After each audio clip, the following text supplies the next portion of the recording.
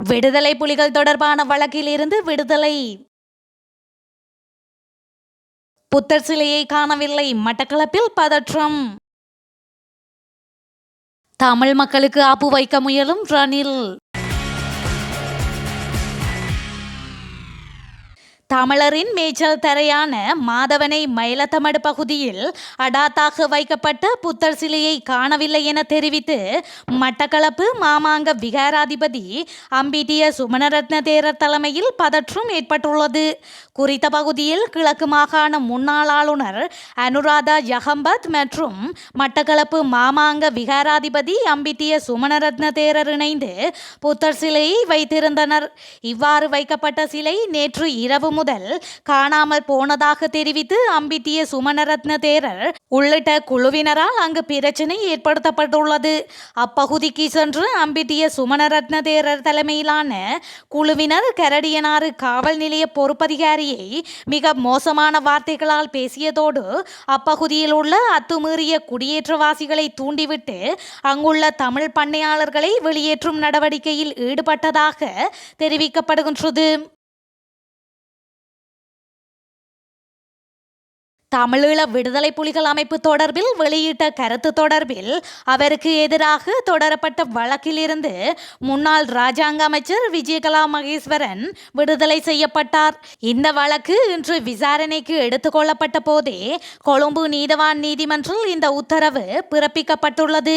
2018 ஆண்டு ஆடி மாதம் 2ஆம் தேதி யாழ்ப்பாணம் வீரசிங்கம் மண்டபத்தில் நடைபெற்ற அதிபரின் மக்கள் சேவை திட்டத்தின் 8வது நிகழ்ச்சியில் கலந்து கொண்ட அப்போதைய பெண்கள் மற்றும் சிறுவர் விவகார இராஜாங்க அமைச்சர் விஜயகலா மகேஸ்வரன் நாட்டின் பாதுகாப்புக்கு அச்சுறுத்தலாக இனங்களுக்கிடையே முரண்பாட்டை ஏற்படுத்தும் வகையில் வடக்கு கிழக்கு மாகாணங்களில் வாழும் தமிழ் மக்கள் அச்சமின்றி சுதந்திரமாக வாழ விடுதலை புலிகள் அமைப்பு மீண்டும் எழ வேண்டும் என சர்ச்சைக்குரிய கருத்தை வெளியிட்டார் எனவும் அக்கருத்தானது அரசியலமைப்பின் 6வது பிரிவின் திருத்தம் 1978 ஆண்டு பயங்கரவாத தடை சட்டம் மற்றும் தண்டனை சட்ட கோவை 120 ஆகிய பிரிவுகளின் கீழ் குற்றமாகும் என கொழும்பு குற்றப்புலனாய்வு பகுப்பாய்வு மற்றும் தடுப்பு பிரிவு கொழும்பு பிரதான நீதவான் நீதிமன்றில் முதல் அறிக்கை தாக்கல் செய்தனர்.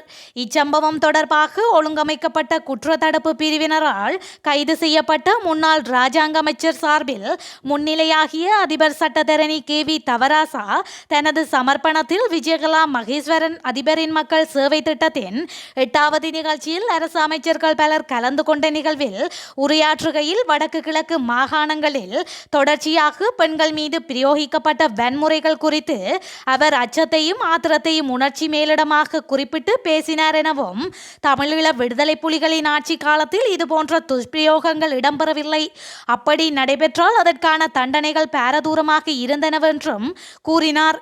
நாட்டின் சட்டம் ஒழுங்கு பாதுகாக்கப்பட வேண்டுமாயின் அத்தகைய நிர்வாகம் ஒன்றினை தற்போது நாம் ஏற்படுத்தி கொள்ள வேண்டுமென்று கருதியதாகவே அவரது கருத்து அமைந்ததேயன்றி நாட்டின் பாதுகாப்புக்கு அச்சுறுத்தலாக இனங்களுக்கிடையே முரண்பாட்டை ஏற்படுத்தும் வகையில் உரையாற்றவில்லை என்ற சமர்ப்பணத்தை அடுத்து 2018 ஆண்டு அக்டோபர் மாதம் 8ஆம் தேதி விஜயகலா மகேஸ்வரனை 1 லட்சம் ரூபாய் சரீர பிணையில் நீதிமன்றம் பிணையில் விடுதலை செய்தது.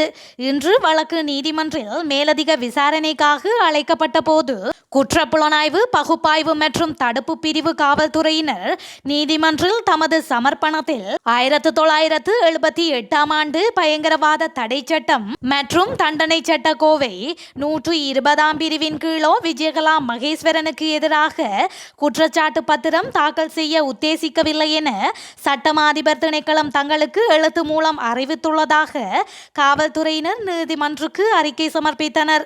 இதனையடுத்து விஜயகலா மகேஸ்வரன் சார்பில் முன்னிலையாகிய அதிபர் சட்டத்தரணி KV தவராசா விஜயகலா மகேஸ்வரனை விடுதலை செய்யுமாறு நீதிமன்றினை கேட்டுக்கொண்டதை அடுத்து முன்னாள் இராஜாங்க அமைச்சர் விஜயகலா மகேஸ்வரன் கொழும்பு பிரதான நீதவான் நீதிமன்றத்தால் விடுதலை செய்யப்பட்டார். தனக்கு கொலை அச்சுறுத்தல் மற்றும் மன அழுத்தம் காரணமாக பதவி விலகுவதாக தெரிவித்த முல்லைத்தீவு மாவட்ட நீதிபதி சரவணராஜாவின் பதவி விலகலை ஏற்றுக்கொள்ளவில்லை என நீதியமைச்சர் விஜயதாச ராஜபக்ஷ தெரிவித்துள்ளார்.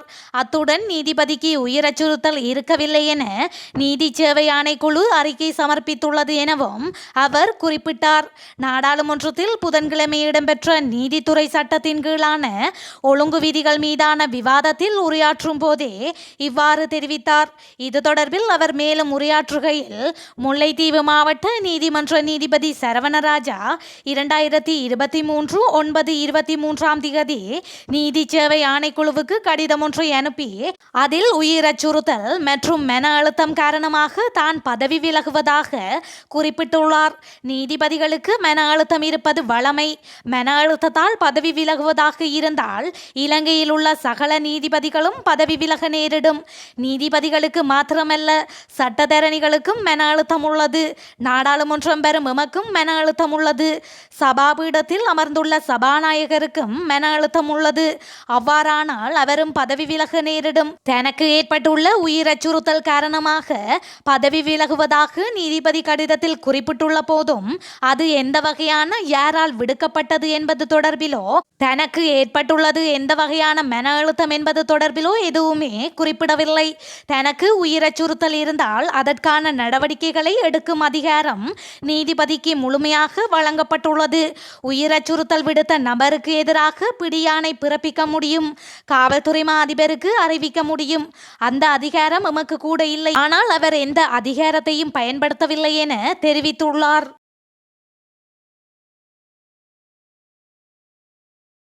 தேர்தல் முறையை மாற்றி தமிழ் பேசும் பிரதிநிதித்துவங்களுக்கு ஆப்பு வைப்பேன் என அதிபர் ரணில் விக்ரமசிங்க சொல்லாமல் சொல்கின்றார் என தமிழ் முற்போக்கு கூட்டணியின் தலைவரும் நாடாளுமன்ற உறுப்பினருமான மெனோ கணேசன் குற்றம் சாட்டியுள்ளார். கொழும்பில் நடைபெற்ற தமிழ் முற்போக்கு கூட்டணி அரசியல் குழு கூட்டத்தின் பின்னர் ஊடகவியலாளர்களை சந்தித்த போதே மேற்கண்டவாறு தெரிவித்தார். பிப்ரவரி 4 முன் தேசிய இனப்பிரச்சினைக்கு தீர்வு 13A நடைமுறை 13A காவல்துறை காணி பிரச்சினைக்கு தீர்வு என அதிபர் விக்ரமசிங்க வாக்குறுதி அளித்தார். விக்னேஸ்வரன் எம்பியை துணைக்கு அழைத்து கொண்டு வடக்கில் மாகாண நிர்வாக குழு அமைப்போம் என வாக்குறுதி அளித்தார். தொல்பொருள் திணைக்களத்தை அழைத்து காணிகளை விடுவியுங்கள் என கட்டளையிட்டார். திணைக்களத்தின் பணிப்பாளர் பதவி விலகினாரே தவிர அதிபரின் கட்டளையை நிறைவேற்றவில்லை. பிறகு அவரது அரசாங்கம் தேர்தல்களை பின்போட சர்வஜன வாக்கெடுப்பு என்று பேசுகின்றது. இப்போது அதிபர் முறைமையை அகற்றப் போகின்றேன் என்கின்றார். முன்னாள் சபாநாயகர் கரு ஜெயசூரியவை துணைக்கு அழைத்து கொண்டு நாடாளுமன்ற தேர்தல் முறைமையை மாற்றி தமிழ் பேசும் பிரதிநிதித்துவங்களுக்கு ஆப்பு வைப்பேன் என சொல்லாமல் சொல்கின்றார். அதிபர் ரணில் விக்ரமசிங்க சீனாவிலிருந்து நாடு திரும்பியவுடன் அவரை சந்தித்து தனிப்பட்ட முறையில் சில கேள்விகளை எழுப்ப உள்ளேன். மேலும் வாக்குறுதிகளை நிறைவேற்ற முடியாமை தொடர்பில் வெளியே சொல்ல முடியாத காரணங்கள் இருந்தாலும் அவர் என்னிடம் சொல்வார் என நம்புகின்றேன் என்றும் குறிப்பிட்டார்.